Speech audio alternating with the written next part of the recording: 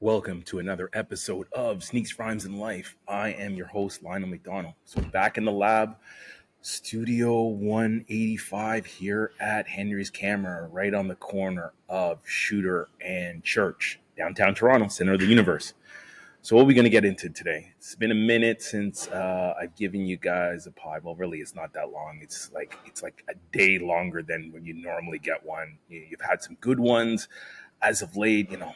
There's some good feedback about the 4 album run. Hey, shout out to Beastie Boys. Probably could have made the top 15 list. There's a lot of debate with that one. Lots of great feedback with Tawny. Shout out to Tawny. Hi, sis. On the episode that we did about Sneaks Rhymes and building a brand. I think that was a lot of fun. Look forward to collaborating again and talking about a lot of those other good things. And then, obviously still lots rolling out based on Kendrick Lamar. Hey, I thought there was another album came out. Apparently it was like some mixtape or some bootlegs and B-sides that came out. So I jumped the gun on that one. But hey, they posted it on Kendrick Lamar's YouTube channel. So again, there's still lots of buzz. There's still lots to talk about Drake. Kendrick's going to be here in Toronto in a couple months for 2 shows, the only city that's got 2 right now. There's lots happening. We've done lots, but we're going to get into a series of episodes that will be recorded today, but you'll hear them over the next couple weeks. We've had some good stuff happen, obviously, in the sneaker world. All-Star Weekend has happened. In the sports world, the trade that, literally, has shooken the NBA in Luka Doncic going to the Los Angeles Lakers and now paired with LeBron James, and the LA Lakers have their star player of the next 10, 15 years. And, people in Dallas are still beside themselves. Like, how the hell did they make this trade? The Knicks can't get over the hump, cannot beat the Cavs, cannot beat the Celtics. So all the aspirations, and there's still time. And we've had guys banged up. Josh Hart's banged up. Towns is banged up. OG Anunoby's banged up. Mitchell Robinson's still trying to come back, or is just kind of now sliding back into the lineup or in some form of rotation. So there's lots to figure out in the NBA, and we had All-Star Weekend, so we'll definitely get into that. But today's topic, let me take a deep breath, because listen to this topic. Like, even just me formulating this, and this one came to me last night. It just is, for me, in my world, it's got to be addressed. Because this one hurts. Like, is as much as all good things have to come to an end.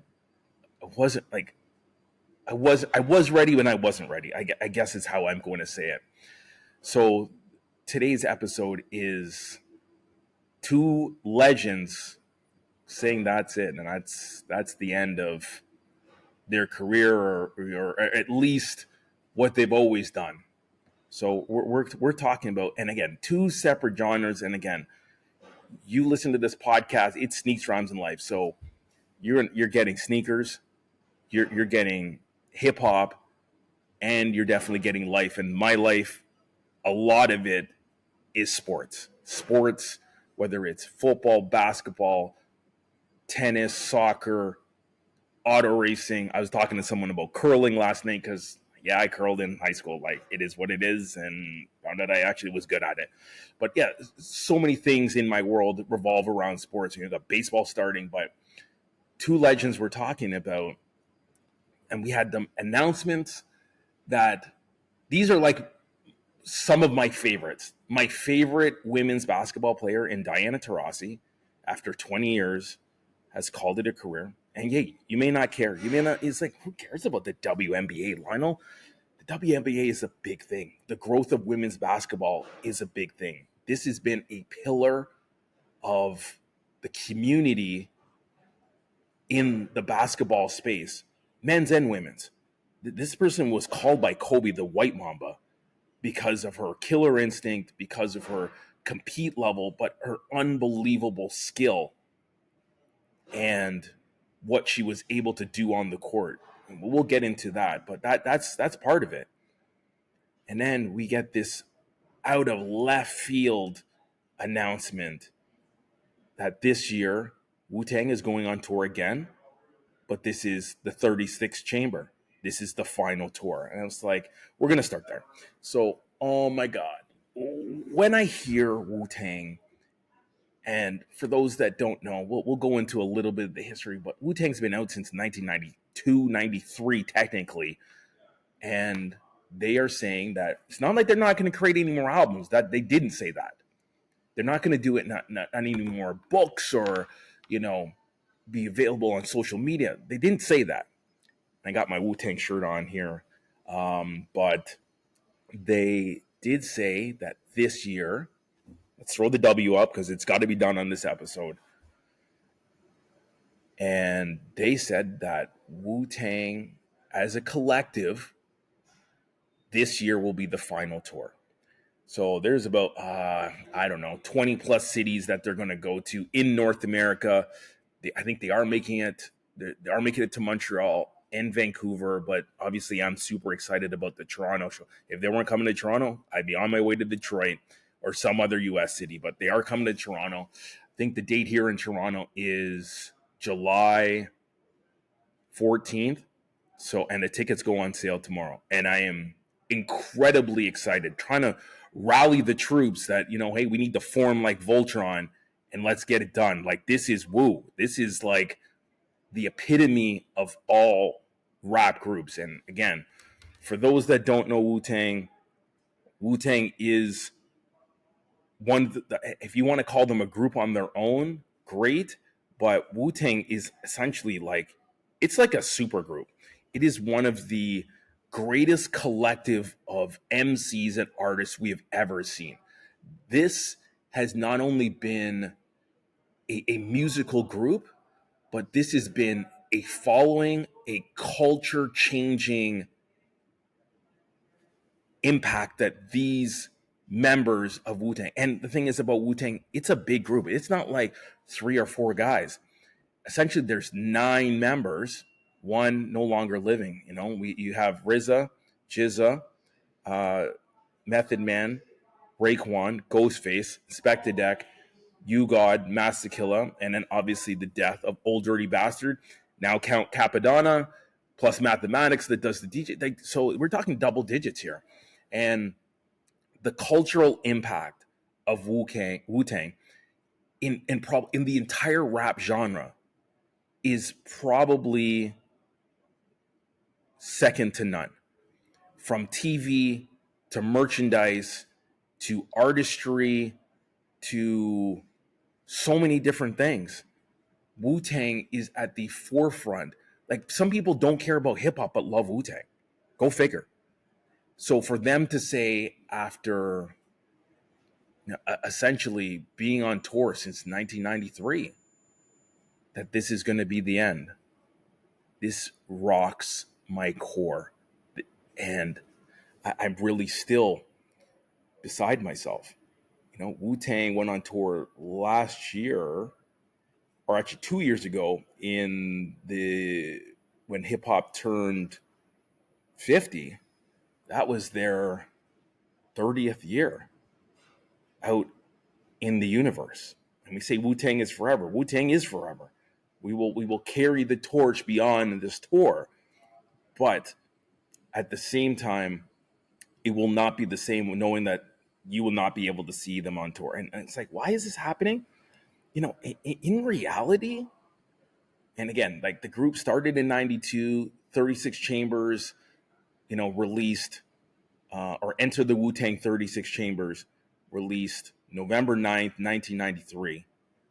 So we're approaching 32 years of that particular project. And that spawned Method Man's debut into Cal, Return of the Brooklyn Zoo by ODB. That spawned Only Built for Cuban Links by Raekwon, Iron Man by Ghostface, Liquid Storage, arguably the best album, I think, of the entire Wu-Tang catalog. It's right there. I think 36 Chambers, Only Built for Cuban Links, and Liquid Swords, along with Supreme Clientele. I think those are the four of the best Wu-Tang projects we've heard to date.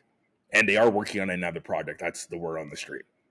But I would tell you that 32 years out there, and to create this legacy that we even now in the last couple of years, we have Young Dirty Bastard, which is ODB's son, since ODB tragically passed away many years ago.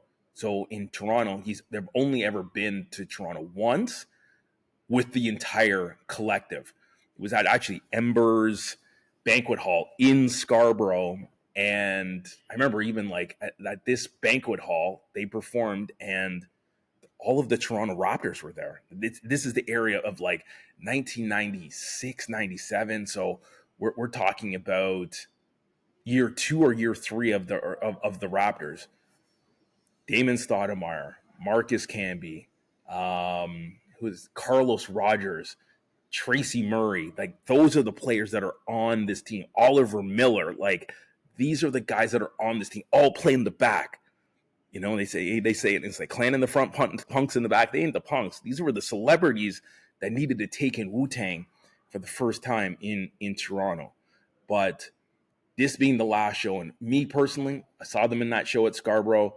I've gone to Kitchener to see them with friends. I've seen them I've seen them 3 separate times then here in Toronto, and also seen them as part of Rock the Bells 2, which I saw in Vancouver when I lived there at one point. So I've had my fair share of Wu-Tang. But mobilizing 9 or 10 people, you always don't get them. The most famous, or maybe the busiest of all of them, very well be Method Man. And there's been multiple shows that we've had and Method Man has not been available. And that sometimes is a challenge when you want to see an MC and he is such an integral. Like this is no B or C member. This is like an A+ member, and he doesn't make it for other commitments. He's in the film industry. He's doing movies. So there's a lot of commitments, and sometimes when you don't get all the members, it doesn't have the same appeal. But the last show we had here in Toronto at Scotiabank Arena, we had Method Man, and they held out on us. The first set, there was no Method Man, and said, "Oh my God, here we go again, no meth." And then the second stanza, after a few tracks, then we got METHOD Man, and literally, I still tell this story to this day, and it was only like 2 years ago. The hair on the back of my neck literally stood up. I was so actually, that was like last year. Actually, I was so excited that he was actually there, because we had the show previously, and again, it was with Nas. This show in 24 was with De La Soul. De La Soul obviously lost a member due to a tragic passing of one of the plugs. So Talib Kweli filled in and did the lyrics to kind of keep the momentum going. And it was pretty amazing. It was pretty dope to see. But to have the final show is still, it makes sense to me. Like if to get context behind Wu-Tang, like the members are like in the mid to late 50s. So even if they stopped touring and came back 5 years for like just where we are in the world, the hip hop community specifically, but people are passing away way earlier than the previous generation. Like I have shared on this podcast that the end of January, the beginning of February, my grandmother passed away, who was 96, and I had a great uncle that was 93, and another great aunt that was 92. So many people of previous generations with good eating and less processed food, amongst other things, live into their 90s and even their hundreds. I have friend that just had the grandmother reach their 100th birthday. But at the same time, in this era, and these are people that were born in the early 70s, they're dying well before getting into their 70s. So 5 years from now, the point that I'm making, 5 years from now, the reality is, could you imagine if Wu-Tang wanted to go on tour and there's only like 6 members because people have passed away? Or the other thing that's happened with Wu-Tang and why there's been such a sporadic, level of touring on a consistent basis is that they don't always align and don't always agree. And there's been lots of accusation that Riz is taking a bigger cut and he's taking money and mathematics is involved and he's on the side and he's getting more paid than you got, and Ghostface and Raekwon. And there's been a lot of things, and all these guys have written books to give like their own perspective of how things have gone down. But RZA being the mastermind and getting the clan to unite one more time, and we've already got them in 2023, and we're getting them in 2024, as I just mentioned, and then we're getting them again for a third year, despite it being the last chamber. It does make sense. It doesn't make it any easier, but it does make sense into why this has to be the last rodeo. Like things are just not going to be able to stay together. And kudos to RZA for even trying to pull this off. And again, much appreciated that we're going to see them one more time. And Toronto, amongst other cities, will be on the bill of the stops that they will have. And they already announced all members will be in attendance, barring any health issues. So pretty amazing that that's where we are. So, when we look at Wu-Tang, the mastermind or the head of everything is the RZA. Him, along with GZA and ODB, they're actually related.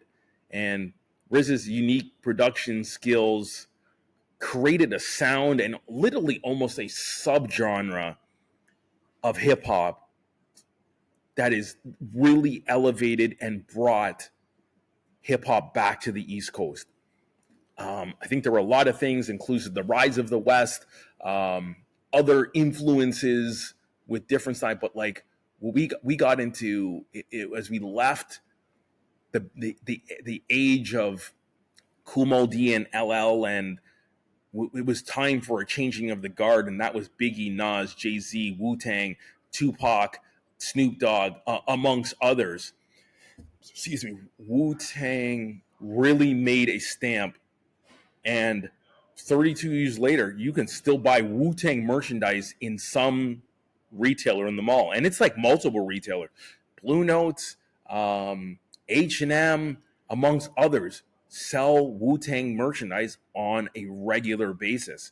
So it's amazing what's happened and where they've gone, and just like obviously the output, but then really to navigate and manage so many members is remarkable that they've been able to keep this going. And they had a plan. They started with an album with the whole collective on it, and then they burst out into doing solo projects. So then just the power of Wu grew even further. And then we got to the point of now Wu-Tang Forever being the second album and it being a double album with lots of critical acclaim that came out in 1997. I would tell you some of the other projects probably are not as complete as 36 Chambers or Wu-Tang Forever. From the W to Iron Flag in 2001, 8 Diagrams in 2007, A Better Tomorrow, which there was a lot of mixed feelings about, and then Once Upon a Time in Shaolin in 2015. Now, again, I did mention after 9 years, they are working on another album. It probably will hear some of this on this tour as they're pulling it together. But overall, it's pretty amazing that these are our heroes. These are people that have really taken Wu-Tang to a whole nother level and really, taken the mantle from LL and Big Daddy Kane and KRS-One and Cool G Rap and Slick Rick, and taking storytelling and lyricism and grittiness and just so many elements of hip hop and truly brought it to a whole new level. So we are grateful, truly grateful for Wu-Tang and what they've done and the influence and the impact that they've had on today's hip hop. You know, we have even current MCs like Logic have referenced Wu-Tang, have done songs that they have aspired to do songs with Wu-Tang. So it is pretty amazing that Wu-Tang has gone ahead and done so many great things and connected with so many people. Um, so it's one of those things that Wu-Tang has had such a tremendous impact on everything in hip hop since the inception of 1993. And I'll tell my story because I love telling the story. The first time I ever heard Wu-Tang, I'm in a store in Windsor, Ontario, across the river from Detroit, November 9th, 1993. 2 albums released. It's the best release date of in my eyes, of hip hop because of the standard. 3rd album from Tribe Called Quest, Midnight Marauders, and the debut album, Enter the Wu-Tang 36 Chambers by Wu-Tang. I had money for one. I knew Tribe. Tribe was my favorite group at the time. The Low End Theory is my favorite album at the time before Illmatic shows up in 94. So I choose Tribe. Play it for the rest of my semester. I go home. Family's doing a family vacation for 2 weeks in Jamaica. My friend, Monty, aka Amerdip Jangi, he gives me a dub tape and say, hey, you got to check this Wu-Tang. I know you heard it on like Mastermind Show or Power Move Show. I got the whole album. I bought it, and then I dubbed it, and I give you a copy. Take this with you, play it in Jamaica. Tell me what you think when you get back. So, and I got a chance to visit this very room. I call it the Wu Chamber. So my late grandmother's house, we visited her on the trip a couple times when we're in Jamaica. I got a chance to listen to Wu-Tang for the very first time in that room. So this is now December, probably after Christmas, but before New Year's. I listened to Wu-Tang, listened to the first side. It's confusing. There's these kung fu noises. I just wasn't gathering the concept. Like, what is going on here? I had it on a 90-minute Maxell tape. Shelve it. Go back to Tribe Called Quest. And it's like, it's not it. 2 days later, I'm back in the same room. It's the sitting room in my grandmother's house. Pop the tape in again. Me and my brothers are in there. Put the tape in backwards and put it on the B side when I wasn't even done the A side. What song was on? None other than Protect Your Neck. What verse did I hear in the first 10 seconds? Jizz's final verse on Protect Your Neck. And my mind was blown. I was an immediate and instant fan of Jizza the second I heard his 16 bars. And forever then, I was now a fan of this group. I needed to figure out the puzzle. So I started to listen to the album again, but only listening to Jizza. But then I caught Raekwon. Then I caught, wow, this Inspector Deck guy is bananas. Who is this Method Man guy? Because he had his own single on the album. And then, hey, ODB is like crazy. There's an element of me that I could definitely resonate with. And then we had Masakilla. We had You God with his parts. And then we have Ghostface. So it's like, there's so many guys. I started picking out all these guys' names as they continued to rhyme. And then as I went back home, and then I went back to school, I started to see videos for these guys. And then they were wearing masks. And there was a whole aura. And we talk a lot about this phrase in the last 6 months. Aura. Like, there was like this halo effect with these MCs that they were something like we had never, ever seen before. So for me, it was something special. It was the spawn and the birth of my Wu-Tang fandom over the last 32 years. So it's sad that, to a certain extent, that it's coming to an end. At least from the tour perspective, we are getting an album. There is also this secret album that they made one copy of that was sold for $1 million, and this guy bought it and he's left it there. And I don't know, he's playing the mass producer. Apparently, they got it back now. So there's lots of projects that they've created over time. And again, they were also, again, this group, Loud Records was the record label, and that was one of the. And I've done a show on record labels. I did it with my man, West Coast Ant, Anthony Martinez, and Loud is one of my favorites. Because Loud had several factors of Wu-Tang, including 36 Chambers. It also had Mobb Deep. It also had Big Pun, amongst other. Master P was on Loud. So, hey, there's lots of great things about Loud Records. But for them to bring this to light this group specifically so resonates with my heart and my being. Everyone knows me. Like, I can't tell you, the post that they said that this was the final show, 10 people sent it to me. So I knew. But I already had seen it and reposted it, and it's like, cannot believe this is the end of an era. So for that, I'm grateful, and I say thanks, and look forward to this last show.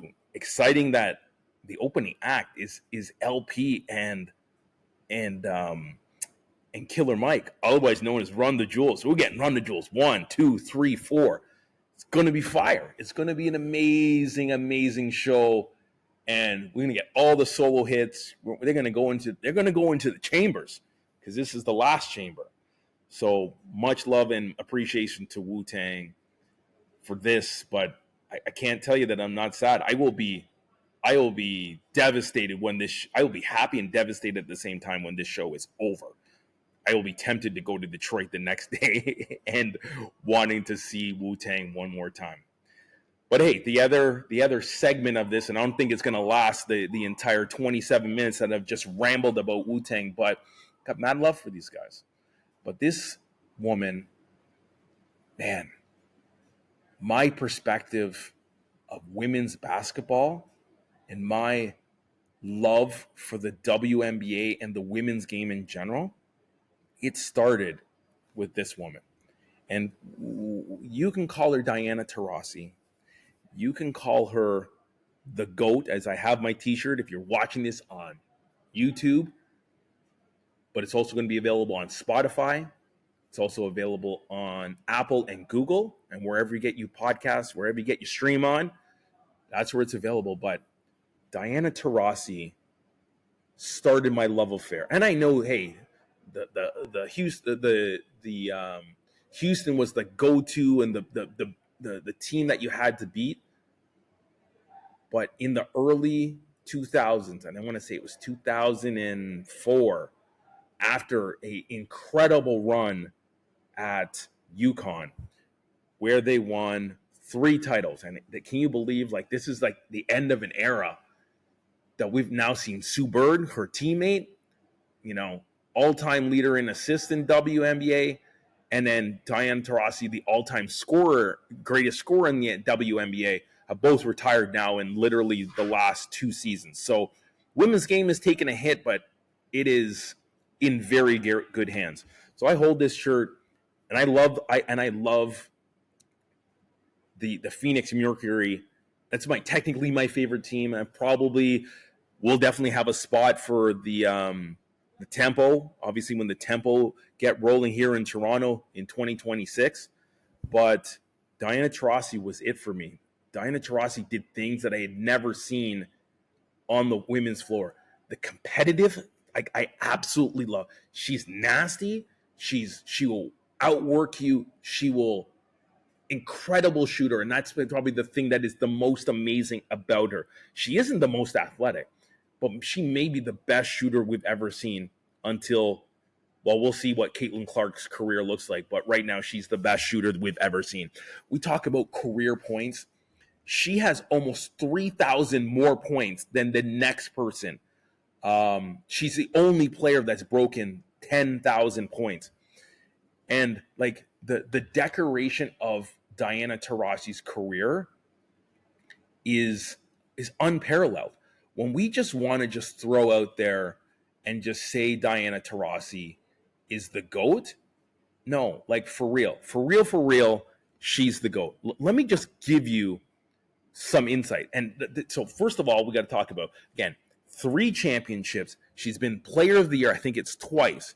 But then we get to the WNBA. She was the number 1 pick in the 2004 draft, played the 2004 season, played 20 seasons in the WNBA, like Kobe, all for the same team. She was the rookie of the year in 2004. 2009, she was the MVP. She's an 11-time All-Star. She's a 14-time All-NBA or All-WNBA player, a 3-time WNBA champ, including the last 2 in 2009 and the incredible run in 2014. She's the finals MVP in those 2 finals. And she won the Community Assist Award in 2018. But I think after that, on top of the 3 title championships in college as part of UConn, which again against Tennessee and South Carolina and some of the other Stanford and some of the other top schools, UConn made this run that started a legacy. Like we went from Sue Bird to Brianna Stewart to just it went down the line of UConn teams just winning over and over. Kia Nurse, love Kia Nurse. Y'all know that from Canada. That's one of the leaders on our Canadian national team. She was part of the run. She got a couple chips along the way.